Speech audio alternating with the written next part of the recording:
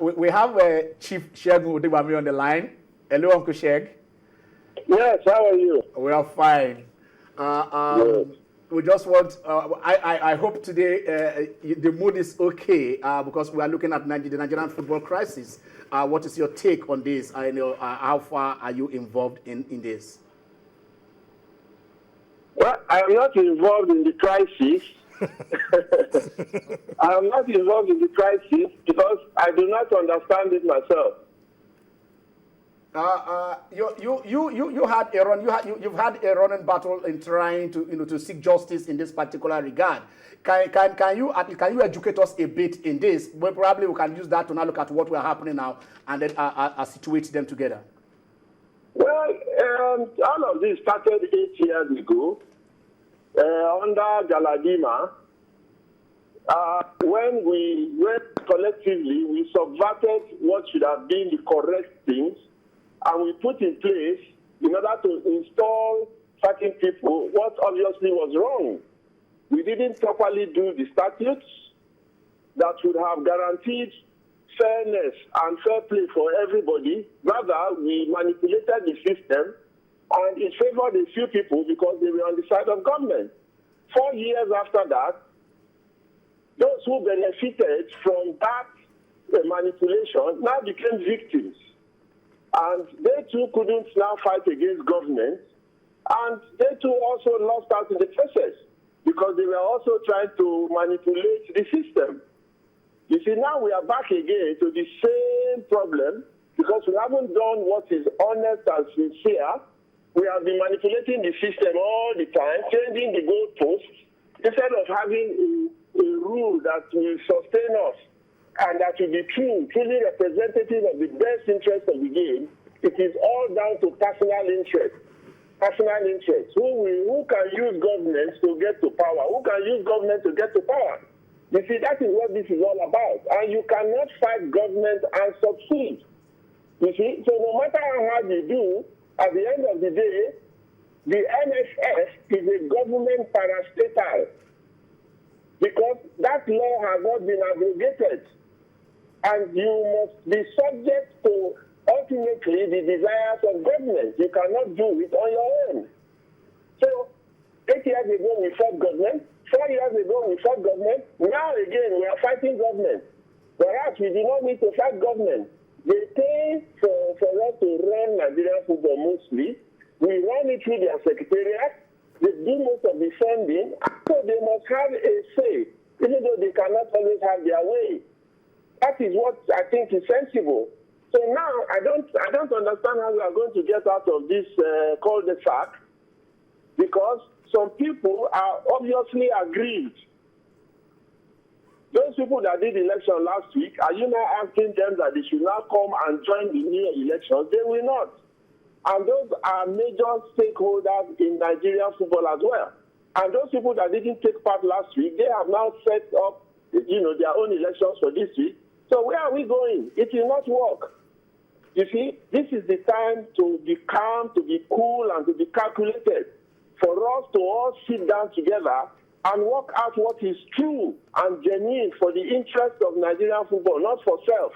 There are too many personal interests in this matter.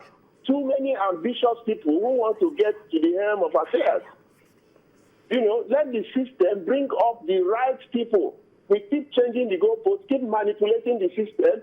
Nobody in the local governments has done election to bring up local government chairmen. Nobody has done election in the state FA to bring up the new NFA, the new state FA chairman, who should form the electorate to now elect their own chairman. We are not doing any of those things. People who have been banned are unbanned. People that qualified did no longer qualify, or those that were disqualified now qualify. It's a whole lot of confusion. Okay, let me ask you this. Why didn't you take your case to FIFA when you were seeking justice? Look at how can you ask such a question? I'm asking you, sir. 4 years ago, yes, I was the one who was shouting hoarse. I was a victim. I took my case to FIFA. I took it to the court of arbitration. I paid $36,000 chasing this case. Nobody sided with me. Nobody even sympathized. They just went on and they were running Nigerian football. And there was a court judgment that said the elections were invalid and that the people who won it should even quit the secretariat of the NFF. Nobody accepted it. We went and saw the Inspector General of Police who said, it is true, there's a court judgment. We went and saw the Attorney General of the country. He said, yes, you must obey this. But it was never enforced. We treat Nigerian laws with impunity. That is the problem of what we are seeing now. Some people were accused of certain things, nothing came out of them. Because of politics, you will change the rules, change the laws. There's no integrity anywhere. So you see, all of these things have caught up with us. When you can treat Nigerian law with impunity, when you can disregard the decision of a court. I didn't go to court, but some people went, and we totally disregarded it, and some people enjoyed this disregard for 4 years. All of us, including you, we were party to it, to abusing the constitutional law. You know? So what are we saying? So how can you enforce it? We have turned our minister, I'm not talking of the minister, the position. We have turned the ministry into something we can abuse and disregard and just treat anyhow. You see, these are the people who are paying the money. They are paying. We cannot be independent. We are not. If that law has not been abrogated, we are a parastatal of the Federal Ministry of Sports. We cannot be anything else until that law is abrogated. We cannot wish it away that the government should not have a hand in it. That's the reality. So what are we talking about?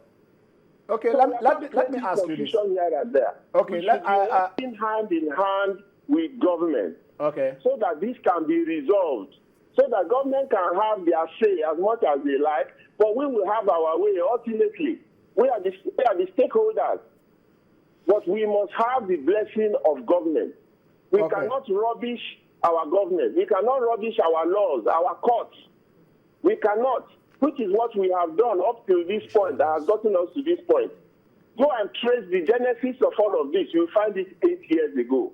People manipulating the system for personal gain. So let us go on and we will see where we will end up. This is not leading us anywhere. This situation now is not leading anywhere. September 4 election is not leading anywhere because it will lead disenfranchised people. So many of them who are also genuine stakeholders in Nigerian football. Okay. You say the minister was wrong, so you have him, he's disenfranchised. And you want to run Nigerian football. No. We have to, this period calls for calmness, for genuine intentions, for the greater interest of the Nigerian game and the Nigerian people. You cannot stampede people into anything. So let us take our time. Why do we have to have elections on September 4 when we have a crisis? I don't understand it. So let's give all of us a breathing space. Put in place something that, whatever how temporary it is, so that nerves are calm. Let us sit down and discuss the whole issues. Let us look again at the rules governing all of these things and put them right. Open up the field to everybody to participate and get a genuine set of board members that will run Nigerian football genuinely.